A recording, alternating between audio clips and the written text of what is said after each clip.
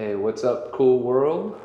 This is Brandon and Ken Grech. Ken's hiding over here on the side, but Taking a text. yeah, we were just talking right We're now, working. just about like passion and purpose and how important it is. The question always comes out, or what people will tell kids is, you got to find your passion, right? And kids, they don't know what their passion is, Yeah. and they definitely don't know how to pick something when they're in their 16, 17, 18 years old. Yeah.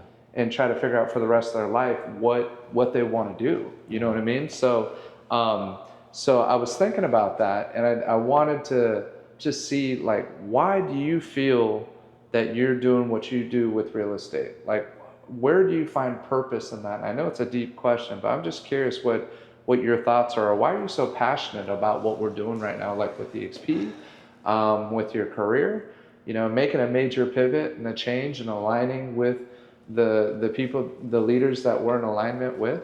Like, what would you have to share with the community about that? You know, Brandon, my whole life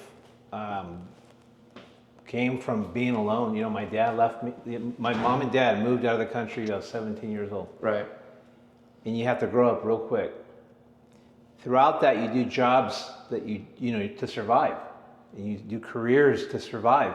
You do things that pay the bills. I bought my first house at 21, worked my butt off, did different things, and I always was working with customer service, working with people, but it wasn't fulfilling. Right. It just wasn't fulfilling any kind of need that I did. Right. So when I started getting into this business and helping people, I finally said, this is what I want to do for the rest of my career. Not only working with the public, but also working with agents and developing them. Right. Because there's really nothing more rewarding. At the end of the day, it's like, okay, you can have all the money in the world, but is anybody going to remember, like, the car that's parked in your driveway? Like, who cares? Right. You want people to say, that person changed my life. And having that impact, like I look at Jesse, and Jesse Unsworth is one of my mentees, and he's like a son to me now. Like, right. it's funny to say that, but we've been through the thick and thin of everything as mentor to mentee. And I'm so proud of that kid and seeing what he's doing. And the other day he wrote me a card, just thanking me about everything what he's become, thanking me for everything he's done and what we've done together. Right. And quite honestly, like, it's the most rewarding thing I could ever feel. Right. I've also received cards when we do our classes. We get random people will mail me a card saying thank you, thanking me for changing their perspective. Again, those type of feelings, those that people put, it means a lot to me personally, having that impact. Also, being able to provide for my family the way that I have. Over the years, I've been blessed. I mean, truly blessed. When I got into the business, I was an ice cream guy, and then I started selling real estate. I was in the grocery industry for 14 years, went to work for Haagen-Dazs and Ben & Jerry's, and then I walked into a real estate office on my lunch break. Yeah, and this guy says, hey, what are you doing? And I said, I'm just, want to learn about real estate. And he goes, well, have a seat. And every day I would go there on my lunch break. And one day he says, hey, if you ever have anybody that wants to buy real estate, I'll give you $1,000. Right. And I was making $400 a week at the time. This is 20-something years ago. So $1,000 was a lot. Right. So I brought one guy in, got paid $1,000. Right. And then brought another person in, got $1,000. Right. So one day he says, hey, here's the key. Just go show these people a house, which is totally illegal. You can't do that. I didn't know. I was working for Haagen-Dazs. Right. So on the weekend, I went and showed a couple houses. And I said, hey, this is pretty good. Got into real estate, took my license, but it wasn't the way that I thought I was going to get into it. I actually blew my back out. Oh, wow. And was sitting in a, fetal position for like 3 months. And I said, what the heck am I doing? And I was freaking out because I needed to make my house payment. I had I had all these bills. And I said, you know what? I'm not going to just lay here. And I said, I like this real estate thing.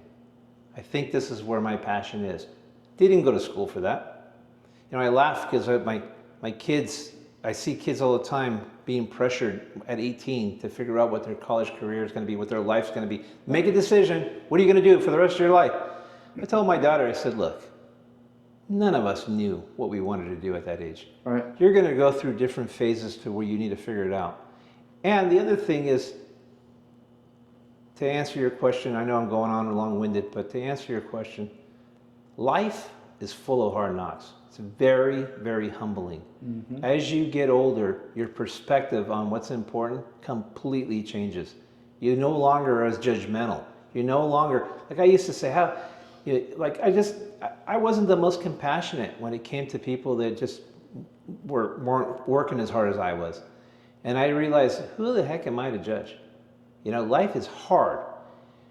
Having that compassion started my you know, like I said, when I got hurt, took my license, started doing that, immediately started selling, and I don't know why. And I was just being myself, working really hard. Tripled my income the first year. Tripled my income of what I was making.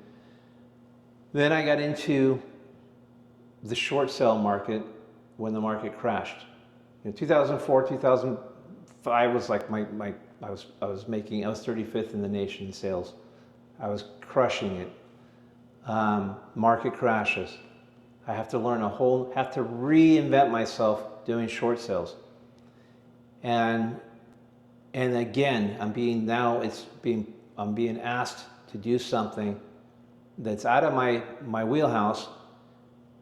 And a lot of people were going and approaching a short sale, for those of you that don't know, is when you owe more than the house is worth. That was everybody at the time. And people were literally coming like vultures and taking these homes away from these people, and these people were on the street. Well, I had a different approach. When I had to come from an approach of compassion. And when I went in and I would meet with these people, I was actually embarrassed. I would park I had a BMW. I was still making a lot of money, so I would park 2 blocks down the street. And I was embarrassed that they're about to lose their home, and I'm driving a 7 Series BMW.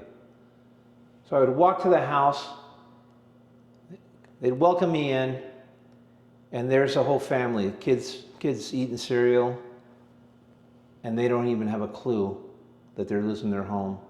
And I just wasn't good with that. I made a choice never ever to look at my paycheck or look at the money. It was always look at the client first, look at what's in their best interest. And my approach was try to get them into a loan modification and save their home. And believe me, once you take that approach, you have a client for life. When you're not just trying to take, and there was situations where we couldn't save their home. And at least we were able to get money for them to be able to move out. Sometimes they'd get 10,000, 5,000, 15,000, 20,000, depending. Later on, they were a little bit more generous on relocating them. But the bottom line is, I felt good about what I did. I never lost sleep because I could look at myself in the mirror every day, knowing that I did what was best in the best interest for these people. That kind of situation, feeling those feelings, working with people, seeing that you're affected. This isn't a joke. You know, this real estate is not just selling a commodity. It's people's lives you're messing with. And it's one of the biggest investments and biggest places where things happen as far as raising families. I'll tell you a story. I had a person from Dubai that came out one time as my buyer. And he's telling me, Ken, he said, in Dubai, everything's clean. In Dubai, we don't have to pay for this. In Dubai, this is great. In Dubai, and I said, why are you here? Like, why are you buying a house here if it's so great? And he said, I'll tell you why. He goes, because in Dubai, you're not allowed to own real estate. And he goes, only the king and queen or whoever their emperors are, however they decide their leadership is, only they can own real estate. Everyone else cannot. So he said, I came to this country to give my son a piece of the American dream, which is home ownership. Now, here's a guy who had it made, who made a great career, who had a great career, who had everything he loved was there. He gave it all up to come over here to own a piece of real estate. I think that we've lost perspective on what that means. You know, here's someone from a different country coming here and seeing that perspective, hearing that perspective to me, reinforced why I do what I do. So you ask me, what is the passion? That's the passion. That's the passion. When you see what someone's willing to sacrifice and come in, and you treat it that way, it's not a job for me. This is a career, but it's also, I feel like I'm leaving a legacy in the people and who I help, who I work with. I have clients that are clients for life. I've done entire families of clients based on that. Matter of fact, the guy from Dubai, one day I went over there on Christmas, handed him, knocked on the door, wife answers the door, and I was handing out some cookies. He answers the door, not prepared to see me. He calls his wife, honey, come on, come downstairs, Ken's here. And I was like, no, man, it's okay. I don't mean to bother you. And he says, come on in. Come inside. He says, honey, make coffee, make tea. And, so anyway, I sat down, left, went home. After that, was there probably a half an hour. About 6 months later, the wife calls me and says, Ken, we need to sell our place because my son's going to the university. We want to be near my son. But my husband said, anybody who brings us cookies, we need to use him. That would remember us after the sale. I like to think that my clients are part of my family or friends. And I still have clients like that where literally they come to my barbecues, we hang out together. You have to take this business as it's human interaction. You have to be humble. You have to realize that it's not about just taking the money. But I know that was an hour conversation on that topic, but you asked me a question, and you know what happens when you ask me the question, I'm going to spill the beans.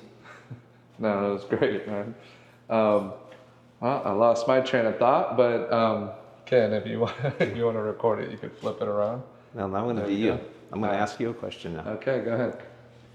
You got to turn it around so you can face it towards me. How do you do this? He's an old guy. Let's turn around this way, like that. Oh, there we go. It's still recording. Yeah. All right. Okay. Is it on me now? No, hold on. You tilted it wrong. You got the tilt. Oh, we're going in. You got to go lower. I don't know, Brandon. There's this thing's track on there. It's faster, but so you're too low. we're gonna obviously edit this out.